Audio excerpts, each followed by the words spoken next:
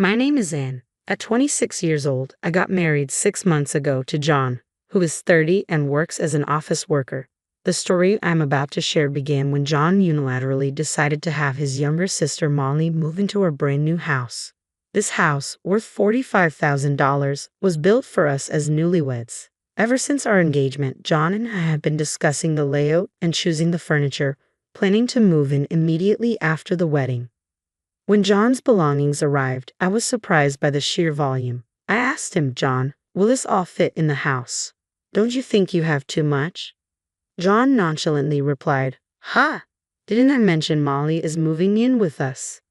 I was taken aback. "Molly is moving in with us? Why? We're newlyweds," I challenged. "What's the big deal? Molly is family to you too, and there's no problem with us living together. She wants to live in the new house," he responded. I protested, upset that there had been no discussion about this. John ignored me and continued unpacking his stuff. Eventually, he started shouting, "If you don't like it, you can leave. I'd already decided to have Molly here, so quit your complaints." Clearly unconvinced, I told him I'd call my brother. Fearing my brother, John quickly changed his tune. "Wait, don't call him. Molly isn't staying here forever. She just needs a place until she finds a job and a house.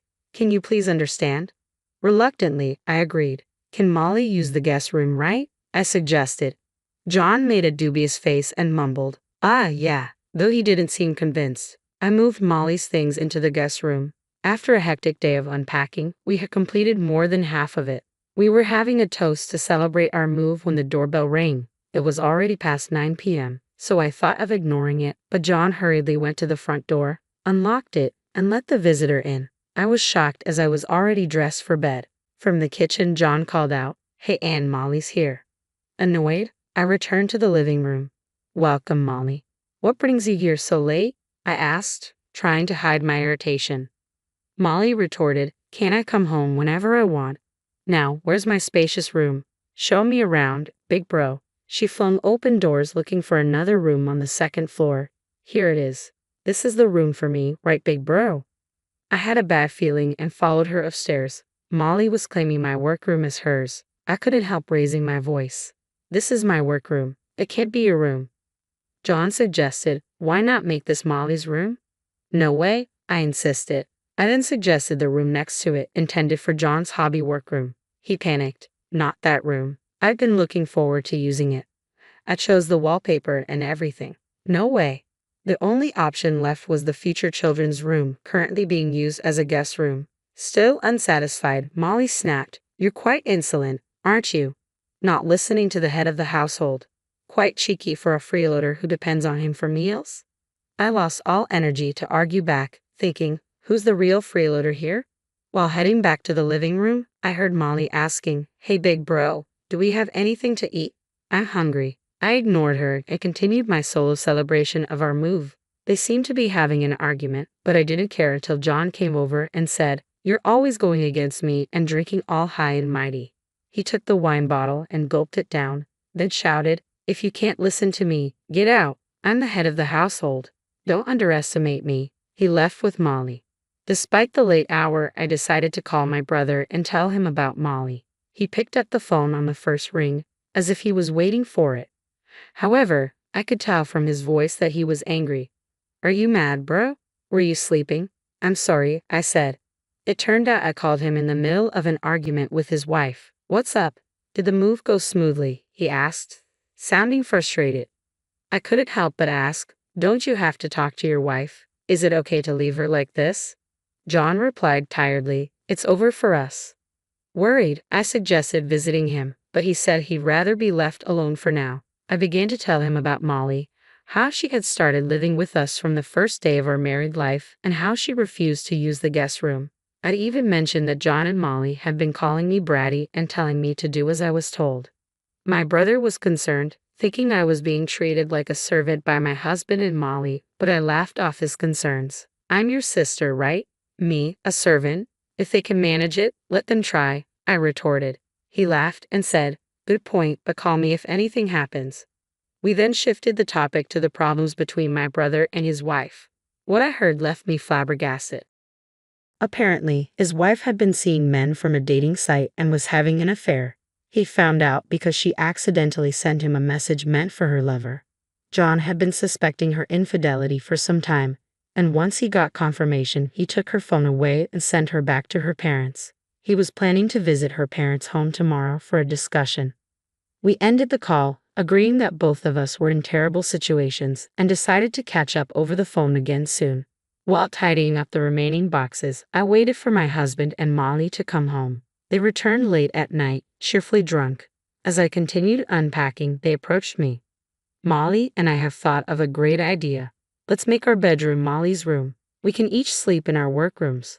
What do you think? Good idea, right? Make sure to clear the room for Molly by tomorrow."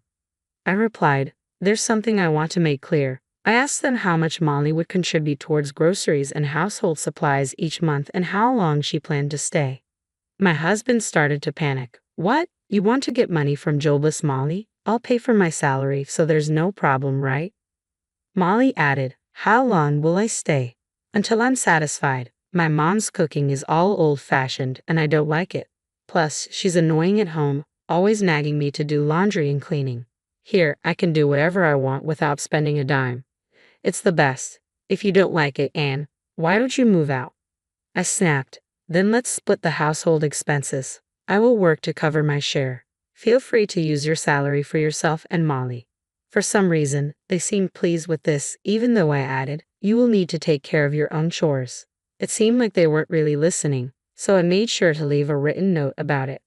The next day, worried about my brother, I decided to visit his workplace. He is the president of a construction company, having taken over after our father passed away from an illness last year. When I arrived at his office, he was surprised to see me. "What's up?" he asked. "I'll listen to what you have to say first." I asked him for a favor. I explained what had happened the night before and asked if he could hire me at his company. He agreed, saying, "Our secretary is quitting due to her husband's relocation, so it's good timing." Then, I heard about his situation. I was so shocked that my heart almost stopped. My brother revealed that his wife was pregnant, but there was no doubt the child was not his. The text messages on her phone, which he had taken, showed conversations, photos, and videos with her lover. The messages indicated that the man was trying to escape responsibility after learning about the pregnancy. When I asked my brother if he was going to divorce his wife, he replied, "It'll be hard for the kids, but divorce is the only option." I suggested that he involve a lawyer and have a proper discussion. Then I went home. In my room, I couldn't stop thinking about the texts and pictures of my sister-in-law's affair that my brother had shown me. The sister-in-law I knew was a loving, family-oriented person, and I loved her for it. However, she had been betraying my brother. I felt as if I had lost a dear friend, and tears welled up in my eyes. Despite all that, Molly kept knocking on my door. "Hey, I'm hungry. Can you make something?" she hollered from the other side of the door. But the shock I felt was too much, and I didn't even have the energy to argue with her, so I left her alone. Then I got a call from my husband, who should have been at work. I didn't answer because I knew what he would want to talk about, and I didn't want to talk to anyone. Shortly after, I received a text message from my brother asking if I could accompany him to see a lawyer the next day. I sent an OK sticker in response. I must have fallen asleep because my husband's shouting woke me up. "You didn't even prepare food for Molly, and you're sleeping. What's that about?" he roared. Silently, I produced a pledge I had written and pointed to it for him to read. After reading it, my husband told Molly, "Let's let her sleep today. She seems to be off. We can scold her once she's feeling better tomorrow." "I'm not sick, I'm just tired of you guys," I mumbled before falling back asleep. The following morning, without waking my husband, I headed to my brother's house. My brother seemed exhausted, his eyes bloodshot from lack of sleep. I prepared and served breakfast for his children before taking them to kindergarten.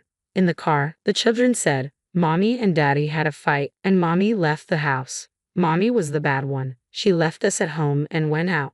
We cried because we were left alone, so Daddy got angry."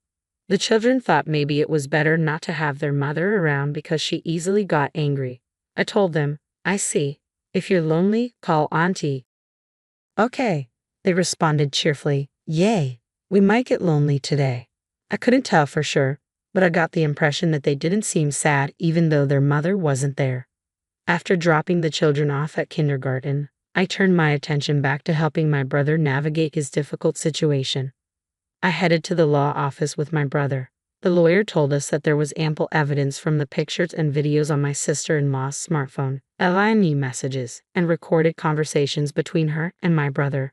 My brother's main goal was to divorce her and retain parental rights. After he finished explaining his situation, I had a chance to share about my issues with my husband. I got some advice, and then my brother dropped me off at home. He was planning to gather the rest of the family today to inform them about the divorce. "If anything happens, give us a call. We're all going to be there," he said as he left, his words feeling somewhat prophetic. When I entered the living room, the house was a mess. It looked like they had tried to make breakfast. The kitchen area was greasy and dishes were left on the table. I was exasperated by the sight and hesitated to clean up the kitchen and cooking utensils that I also use. Just then, Molly appeared. "Where did you go without even making breakfast?" "John didn't eat anything and went to work. Isn't it unacceptable to abandon household chores as a wife?" she confronted me. I responded, "You know what, I'm not your maid or servant. Weren't you taught to clean up after yourself since you were a child?" Ignoring her repetitive, "But you're the wife," I headed to my room. To my shock, my belongings were gone and Molly's stuff had invaded my space. I returned to the living room and questioned her. "Did you enter my room? Your stuff is in there. What's going on?" "Oh, I've loved your room since I first saw it. It fits my neat and cute image perfectly, don't you think? I've moved your stuff into the guest room," she replied nonchalantly. Hearing this, I rushed to the guest room. My computer and belongings had been haphazardly thrown in. I felt anger sparking. It was way beyond what I could tolerate. At that moment, I felt a strong desire for revenge. I will never forgive this girl, I decided. I planned to wait for my husband John to come home, show him the terrible state of our house, and then ask him, "Do you still want to live here with Molly?" I prepared for all possible outcomes. John, who seemed to have gotten a call from Molly, came home earlier than usual. I heard his loud footsteps approaching the guest room where I was. Seeing him come straight to the guest room, I was convinced he already knew Molly had taken over my room and he wouldn't be on my side. When he opened the door and stepped in, looking like a madman, Molly was right beside him with a thin smile on her face. "You apparently went against Molly. You're the one at fault here. Not even making breakfast. Aren't you my wife? Isn't it your job to take care of me? Molly is your sister-in-law. You should be taking care of her and putting up with her," he shouted. At that moment, I realized exactly how things were going to be. I felt every shred of love I had for my husband disappear. He hadn't said one word to defend me, no mention of Molly being in the wrong, asking her to leave, having her do household chores, or giving me my room back. I told him, "If you're going to let Molly live here, I'm going to invite my brother over. He's never seen our house before. Maybe I should call him over now." Despite his usual fear of my brother, John acted quite bold in front of his sister Molly. "Are you sure about that? If you let that thug into our house, I'll kick you out," he threatened with a confident look. "Kick me out? Try if you can. I'll call my mother and brother and his wife and have them see the house." I shot back. Thinking I would beg and cry at his threat of kicking me out, he retorted, "Do not dare call your family. If you don't like it, then leave." Molly chimed in, "This is my castle with John, you know.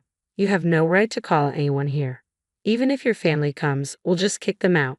In response, I picked up my phone and said, "I'll call my brother then. Maybe we should live together without you and your family. We can invite our friends over and party without worrying about anything." As Molly said this, she and John seemed excited about the prospect of me leaving, with John adding, "That sounds fun. Maybe we should just get divorced already." Increasingly irritated, I decided to call my family over right then and there, while John and Molly were still high-spirited. They were overjoyed, thinking about the freedom they'd have without me and filled with thoughts of kicking me out. "All right, but you'll regret this. I'm calling my family now," I said. I called my brother and told my family to come as soon as they could. My brother responded, "We've been waiting for this. We're on our way." I figured he must have sensed that I would call him, and I was moved by his foresight. My family arrived within about 30 minutes. Molly, who had threatened to kick out my family when they first arrived, turned pale upon seeing my brother. "Oh, Molly," he said sternly. "I thought you were going to kick out my family when they arrived," I said to Molly, who could only shake her head in response. Seeing her fear, John also shrunk back, no longer as bold without his allies' support. My brother had been practicing judo since he was a kid. Until he injured his knee in college, he had been a regular at national competitions. Standing over 6 feet tall with a buzz cut, he was an intimidating figure. He now coached at a local boys' club. My younger brother, also a judo practitioner, looked just like him. Molly seemed to have forgotten meeting them at the wedding ceremony, despite their memorable appearances. Who's getting kicked out? My elder brother laughed. Isn't it you guys who are leaving? Gathering her courage, Molly retorted, yeah, my brother is divorcing his useless wife. Now, please leave. What? You guys are the ones leaving, aren't you? This is Anne's house, built with her share of her father's inheritance in Anne's name, my younger brother retorted. My mother, tidying up in the kitchen, remarked, oh dear, what a mess. She then called out, don't drag out the conversation. Get to the point already. The brothers obediently replied, okay, and turned to me, instructing, there's another person coming.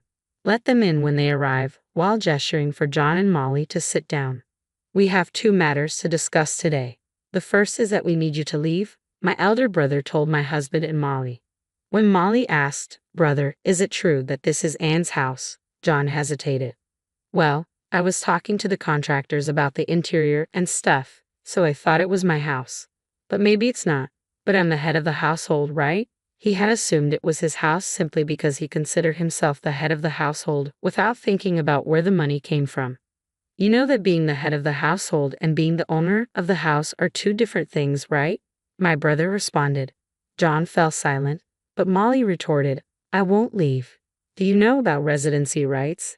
I have the right, so I won't leave. If you don't want us here, you leave, glaring at me. You seem to have researched this thoroughly, but this isn't a rental property. You're not paying Anne any rent, are you? So residency rights don't apply here, my brother explained.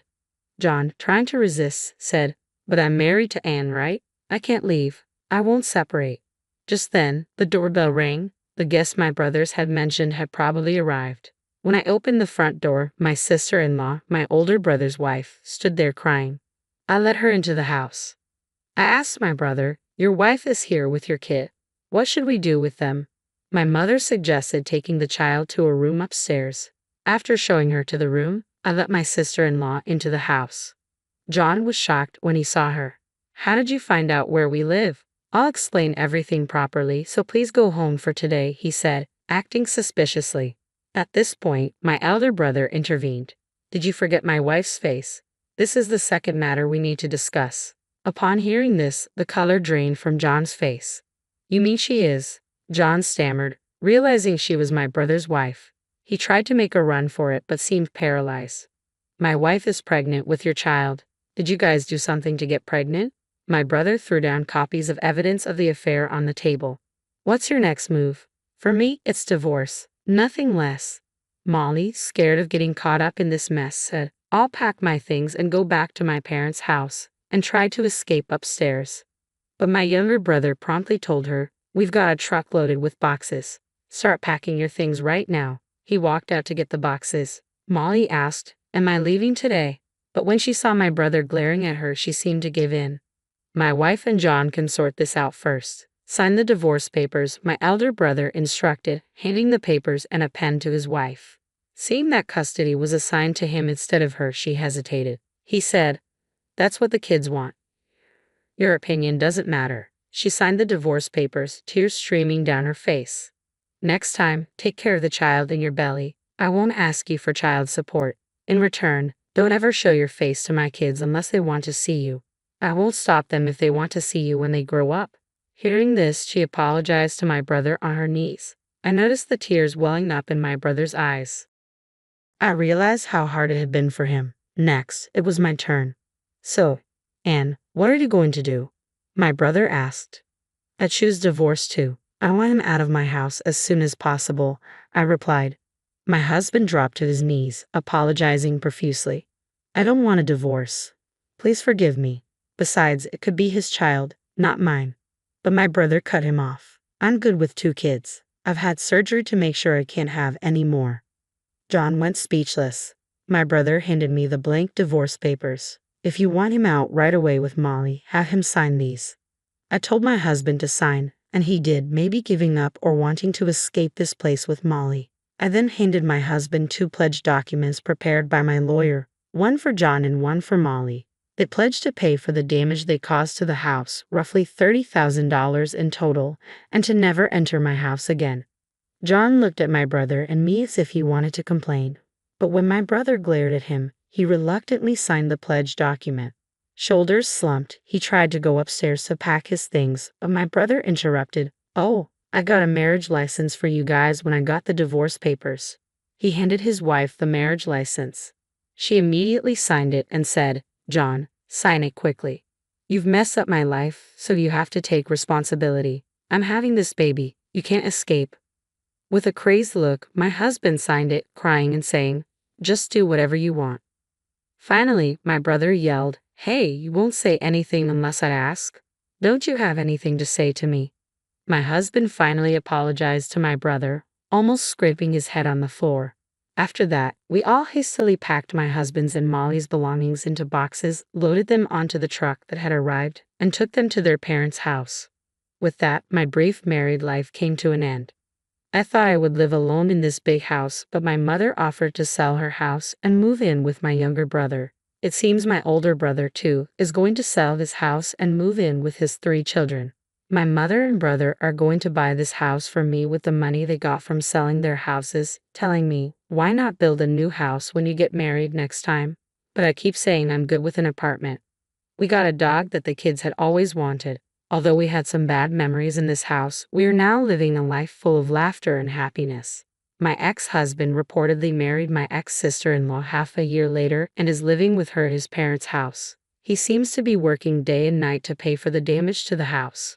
Molly treated her new sister-in-law like a maid. The sister-in-law lost her mental balance, and Molly's mother couldn't stand to see her like that and kicked Molly out of the house. Molly asked my ex-husband for help, but he blamed her, saying, "If you hadn't moved in, we'd still be living in that mansion." Molly ended up isolated with no one on her side.